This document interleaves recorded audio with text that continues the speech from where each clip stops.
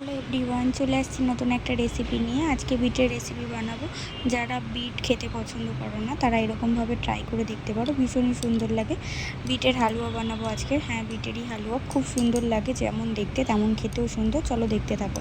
প্রথমে আমি বিটটাকে ভালো করে ধুয়ে নিয়েছি, নিয়ে গ্রেটারে ঘষে নিয়েছি ভালোভাবে।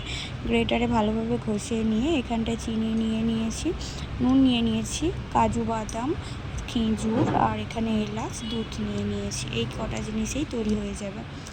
তারপরে এখানে আমি একটু ঘি দিয়ে দিয়েছি পরিমাণ মতো। ঘি দিয়ে এটা ভালোভাবে একটু নেড়ে চেড়ে নেব। মানে যে বিটের যে গ্রেটারে করে ঘষে রাখছিলাম সেই বিটটা দিয়ে ভালোভাবে একটু নেড়ে চেড়ে নেব, যাতে বিটের যে কাঁচা ভাব, যে গন্ধটা, সেটা চলে যায়। কাঁচা গন্ধটা যখন চলে যাবে তখন আমি কাঁচা যে দুধটা, সেই দুধটা দিয়ে দিয়েছি। দিয়ে ভালোভাবে এটা নাড়তে চাড়তে থাকবো যতক্ষণ না এই দুধটা যতক্ষণ না বিটের সাথে বসে যাবে ততক্ষণ আমি এটা ভালোভাবে নাড়তে চাড়তে থাকবো। আর নিচে থেকে যাতে ধরে না যায় সেরকমের জন্যই নাড়তে চাড়তে লো ফ্লেমে রেখে দেবো।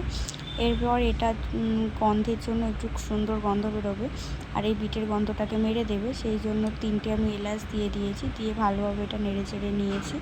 ভালোভাবে নেড়ে চেড়ে নিয়ে একটু নুন দেবো পরিমাণ মতো। নুনটা দেওয়ার কারণ মিষ্টি শুধু থাকলে কেমন একটা লাগবে, আর না, সেই জন্য নুনটা দিয়ে দেবো পরিমাণ মতো একটুখানি।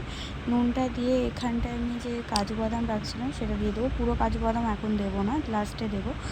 আর এরপর চিনি দিয়ে দেবো পরিমাণ মতো। যতটা বিট নেবে সেই অনুযায়ী চিনি দেবে, কারণ বিটেরও একটা মিষ্টি ভাব থাকে। যে যেমন মিষ্টি খাও তেমন অনুযায়ী দেবে। দিয়ে এটা দেখতে পাচ্ছ অনেকটা কিন্তু দুধটা মরে গেছে। এবারে দুধটা যতক্ষণ না এটা মরবে ততক্ষণ আমি এটা এমনভাবেই নাড়তে থাকবো ভালোভাবে। দেখতেই পাচ্ছ মরে গিয়েছে আর এটা কেমন একটা ফুটন্ত ভাব চলে আসছে। এই ভাবটা যতক্ষণ না আসবে ততক্ষণ তুলবে না, হয়ে গেলে তুলে নেবে, একটা বাটিতে রাখবে। গোলভাবে রেখে দিয়ে চারদিক থেকে দুধ ঢেলে দেবে। দিয়ে কাঁচা দুধ না, ওটা আগে থেকে ফুটিয়ে রাখবে, একটু ফুটিয়ে রেখে আর দেবে। তারপর কাজু বাদামগুলো সাজানোর জন্য ওপরে আমি দিয়ে দেবো। আর যে খেজুরটা নিয়েছিলাম সেই খেজুরটা আমি একদম পিস পিস করে কেটে নিয়েছি, সেই খেজুরটা আমি চারদিক থেকে দিয়ে দেবো। এটা হেলদিও হবে, টেস্টিও হবে, আর কালারের দিক থেকে তো মানে অসাধারণ। এরকমভাবে ট্রাই করে দেখো, যারা বিট খাও না তারা এরকম বিটের প্রেমে পড়ে যাবে। আজকের রেসিপিটা এই পর্যন্তই। কেমন লাগলো অবশ্যই কমেন্টে জানাবেন। ভালো লাগলে লাইক কমেন্ট শেয়ার করে দেবেন। আর কাল দেখা হবে নতুন একটা রেসিপি নিয়ে। Bye bye.